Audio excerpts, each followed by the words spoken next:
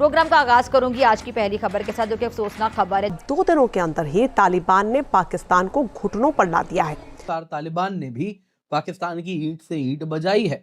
एक जंग है, खैबर पख्तूनख्वा भी एक आग का मैदान बना हुआ है, बलूचिस्तान भी हालात अच्छे नहीं हैं और कहा तो ये जा रहा है कि जी ठीक है सब ठीक है और बस कंट्रोल है, लेकिन ऐसा ऑन ग्राउंड नहीं है।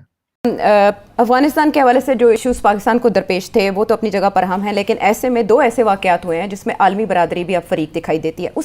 उसकी तरफ हम बाद में आएंगे, लेकिन मैं चाहूँगी कि पहले आप ये वाला पजल हल करें कि पाकिस्तान में कुछ अटैक्स हुए, सुसाइड अटैक्स हुए, जिसमें कीमती जानों का नुकसान हुआ और उसके बाद पाकिस्तान की जानिब से प्रोटेस्ट किया गया कि इसके ताने बाने हस्बे मामूल जिनके तरफ हम इशारा करते हैं, अफगानिस्तान से जो ग्रुप्स ऑपरेट करते हैं उनकी तरफ जा रहे हैं, उनसे मिल रहे हैं।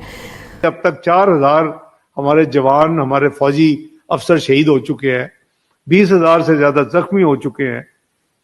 एक बात पता होनी चाहिए कि ये तालिबान जो है ना, they are very orthodox people, जिनके लिए पैसा और डिप्लोमेसी ये कोई खास अहमियत नहीं रखती। उन्होंने विदाउट रिकग्निशन अपना काम चलाया हुआ है। उनके ऊपर कितना प्रेशर था कि खवातीन के बारे में, ह्यूमन राइट्स के बारे में, मीडिया के बारे में ये न करें तो आपको रिकग्नाइज कर लेंगे। उन्होंने नहीं मानी बात, कोई परवाह नहीं किया, कोई परवाह नहीं। वो सख्तियां हम पाकिस्तान बैक करता रह गया, अमेरिका बैक करता रह गया, यूरोप बैक करता रह गया, वो नहीं मानते। वो बड़े ऑर्थोडॉक्स प्यूरिटन्स हैं। सवाल ही पैदा नहीं होता कि बगराम पैसे दे के बगराम जो है वो अमेरिका को दे दे। ये भूल जाए अमेरिका, ये नहीं होगा। तालिबान घास खाएंगे मगर ये नहीं देंगे, क्योंकि उनका सारा जो आइडियोलॉजी है ये कैसे कि अपना फॉर्मर कॉलोनियल मास्टर जिसके साथ वो जंग उन्होंने 20-25 साल की है, उसके हवाले जाके ये बेस कर दे ताकि अमेरिका आके वहां बैठ जाए। This is not possible. ये तो पाकिस्तान जैसा मुल्क जो अमेरिका का एलाय रहा है और अमेरिका के साथ तल्लुकात हैं, ठीक ठाक लेन देन है, पाकिस्तान नहीं अमेरिका को बेच दे सकता। हमारे यहाँ पब्लिक ओपिनियन मार देगा सबको, इतनी एंटी अमेरिकनिज्म एब्सोल्युटली नॉट याद आ जाता है। तो ये तो सवाल ही पैदा नहीं होता कि अमेरिका को पाकिस्तान को बेस दे दे। तो अफगानिस्तान तो भूल ही जाए ना बिल्कुल, मगर तालिबान नेवर। तो ये सरासर झूठ बोल रहा है and he is just trying to create a conflict. या प्रोवोक करना चाह रहे हैं चाइना को। चाइना को क्या प्रोवोक करेगा? चाइना को तो पता है कि there is nothing like this. हमें यह भी पता है कि इस रियासत के अलावा ना हमारी कोई पहचान है, ना हमारी कोई औकात है। कोई औकात नहीं हमारी, ना हमारी कोई सियासत है। अफगानिस्तान की तरफ से क्यों आया? देखिए, आपको याद होगा कि जब ये मुज़ाकरात हो रहे थे between Pakistan and Afghanistan in Turkey जी, तो उस वक्त जब वो फेल हो गए, तो ये बात तो उस वक्त सवाल आपने ये किया था मुझे कि अब क्या इसका मतलब है कि सीज़ फायर रहेगी, क्योंकि सीज़ फायर थी ना एक किस्म। तो मैंने कहा था सीज़ फायर अपनी जगह पे, seize fire is between 2 armies but not between terrorism and counter terrorism.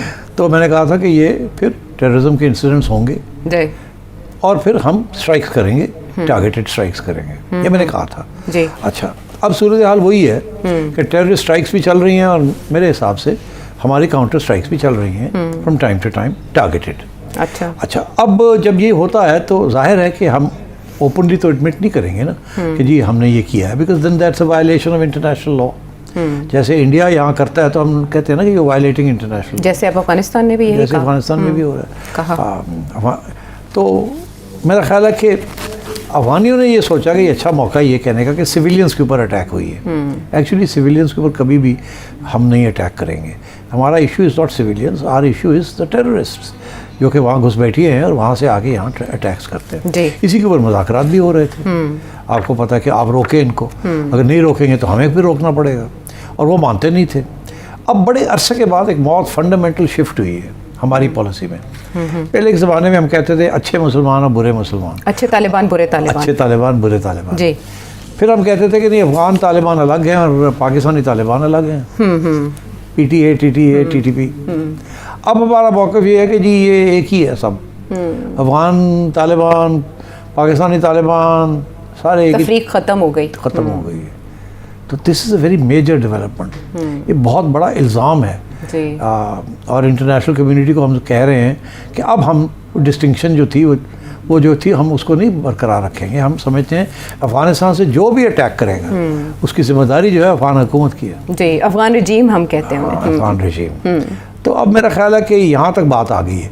अब फिर यहाँ से बात पीछे तो नहीं हटेगी ना। तो अफ़गानिस्तान ने भी अपना मौक़िफ़ चेंज कर लिया है, उन्होंने भी इंडिया के साथ तल्लुकात बना लिए हैं और वो भी अब खुलेआम कह रहे हैं कि हम जंग करेंगे आपके साथ, हम अपना टाइम लेंगे, हम करेंगे। तो आई थिंक तल्लुकात और भी ख़राब होने जा रहे हैं। अच्छा, और भी स्ट्राइक्स होंगी उनकी तरफ से, टेररिस्ट स्ट्राइक्स, हमारी तरफ से targeted strikes against the terrorist जी।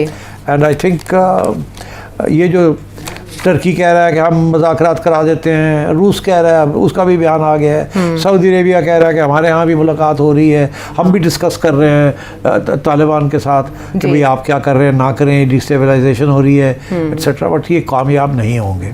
अच्छा, ये सब फेल हो जाएंगे। और तालिबान ने फैसला कर लिया है, वो आइडियोलॉजिकल लोग हैं, वो प्रैक्टिकल और प्रैग्मेटिक लोग जिसे कहते हैं ना, वो नहीं है। अच्छा। ये उस किस्म की रियासत और हुकूमत नहीं है जिस किस्म की रियासत और हुकूमत कॉन्स्टिट्यूशन के तहत और इंटरनेशनल लॉ के तहत चलती है। ये गुरिल्ला फोर्स है, वो आके वहाँ बैठ गई है और कब्जा कर लिया उन्होंने, ठीक, और वहाँ से उनको हिलाने वाला कोई नहीं है। And they don't have any law, वो अपना ही उनका कानून है, जो चाहे वो कर ले।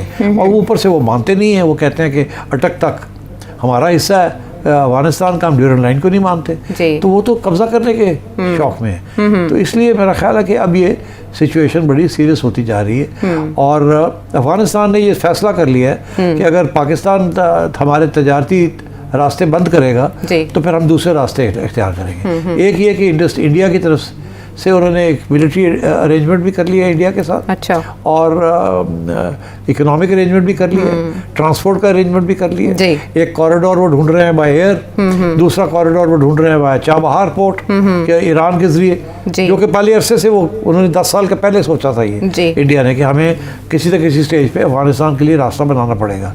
अब इंडिया को बहुत अच्छा मौका मिल गया, इधर से इंडिया ने प्रेशर डाला हुआ पाकिस्तान के ऊपर इस बॉर्डर पे, और उस बॉर्डर पे उन्होंने अफगानिस्तान को सपोर्ट करना शुरू कर दिया और उनको पैसे भी दे रहे हैं, उनको इंटेलिजेंस भी दे रहे हैं। और अब लेटेस्ट रिपोर्ट्स ये हैं कि जो इजरायली ड्रोन्स इसराइल ने इंडिया को दी थी, वो उस किस्म की ड्रोन्स इंडिया अफगानिस्तान को दे रहा है। और वो वहाँ ताजिकिस्तान के लिए इस्तेमाल हो रही है, और वो हो सकती हैं और हो भी जाएंगी और शायद आपके ख़िलाफ़ भी होंगी।